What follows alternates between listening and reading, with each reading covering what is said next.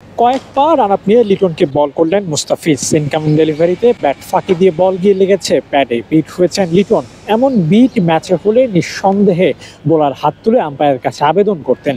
এবার সতীর্থর আউটের আবেদন না করলেও লিটনকে বিট করে কিছুটা স্বস্তি অন্তত ফিরে পেয়েছেন মুস্তাফিজুর রহমান। বলতে পারেন ছোট রান আপ, তাই বল কন্ট্রোলিংটা ভালো হয়েছে, এজন্য লিটনকে বিট করতে পেরেছেন। কিন্তু না, লিটনকে মুস্তাফিজ আরও একবার বিট করেছেন লম্বা রান আপ নিয়ে।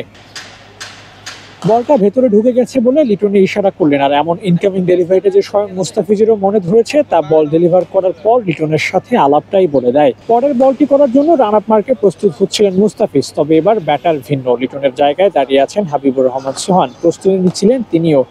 একবার বিট হয়েছে লিটন, সেখান থেকে শিক্ষা নিয়ে এবার আর বিট নয়, যে কোনো মূল্যে ঘুরে দাঁড়াতে হবে ব্যাটারদের। একটা শট অন্তত নেগোশিয়েট করতে হবে ব্যাটারদের পক্ষ থেকে, এমনটা ভেবে হয়তো সোহানও প্রস্তুত হচ্ছিলেন। কিন্তু বোলার যখন মুস্তাফিজ, তখন এমন আশায় তিনি ঘুরে বালি ছিটাবেন, এটাই তো স্বাভাবিক। লেন্থে বল পিচ করিয়েছেন ফিজ, আর সেই বল এতটাই নিচু হয়ে গিয়েছে যে সোহান শট খেলবেন কি, বলটা ঠেকাতে পারলেই যেন বাঁচেন। কোনো মতে ঠেকালেও এতে ঢাকা পড়ে যায়নি মুস্তাফিজের দারুণ বোলিং। নন স্ট্রাইকে দাঁড়িয়ে থাকা লিটনের সাথে বোলিং নিয়ে কিছু একটা বলেছিল নফিজ।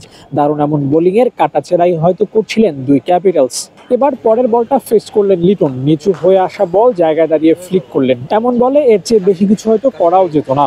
তবে এবার পালা এসেছে সোহানের, তিনি ফেস করবেন মুস্তাফিজের ball. Back of length ball pick করে পুল করেছেন সোহান। গতির তারতম্য হলে মিডু উইকেটে ক্যাচও হতে পারত, হতে পারে ছক্কা কিংবা চার। লাফিয়ে ওঠা বলটাও খেলতে পারলেন না লিটন। এই বল এমন উচ্চতায় লাফিয়ে উঠবে এমনটা বোধহয় কল্পনাও করতে পারেননি তিনি। কোনো মতে ব্যাটে বলে করলেন লিটন আর কি।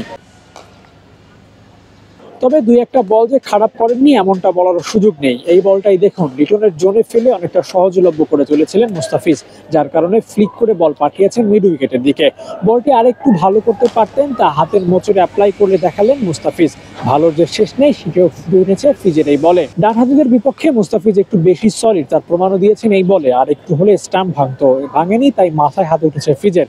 ফিজের সামর্থ্য প্রমাণে বিভিন্ন সময় বিভিন্ন পন্থা অবলম্বন করেছেন তিনি। তবে ক্যারিয়ারের এই পর্যায়ে এসে ফিজের চ্যালেঞ্জটা একটু বেশি। বল হাতে বিপিএলে খুব ভালো করেছেন এমনটাও না, অভিজ্ঞতার পূর্ণ ব্যবহার এখনো ফুটে ওঠেনি মুস্তাফিজের। আশা করা যায় মিরপুর পর্বে ফিজের বলে নতুনত্ব আসবে ঢাকার ম্যাচে, দেখা যাক তা হয় কিনা। Abu Naim, sports Times.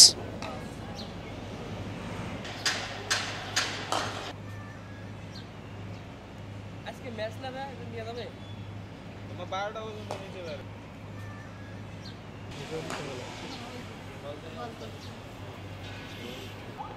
আচ্ছা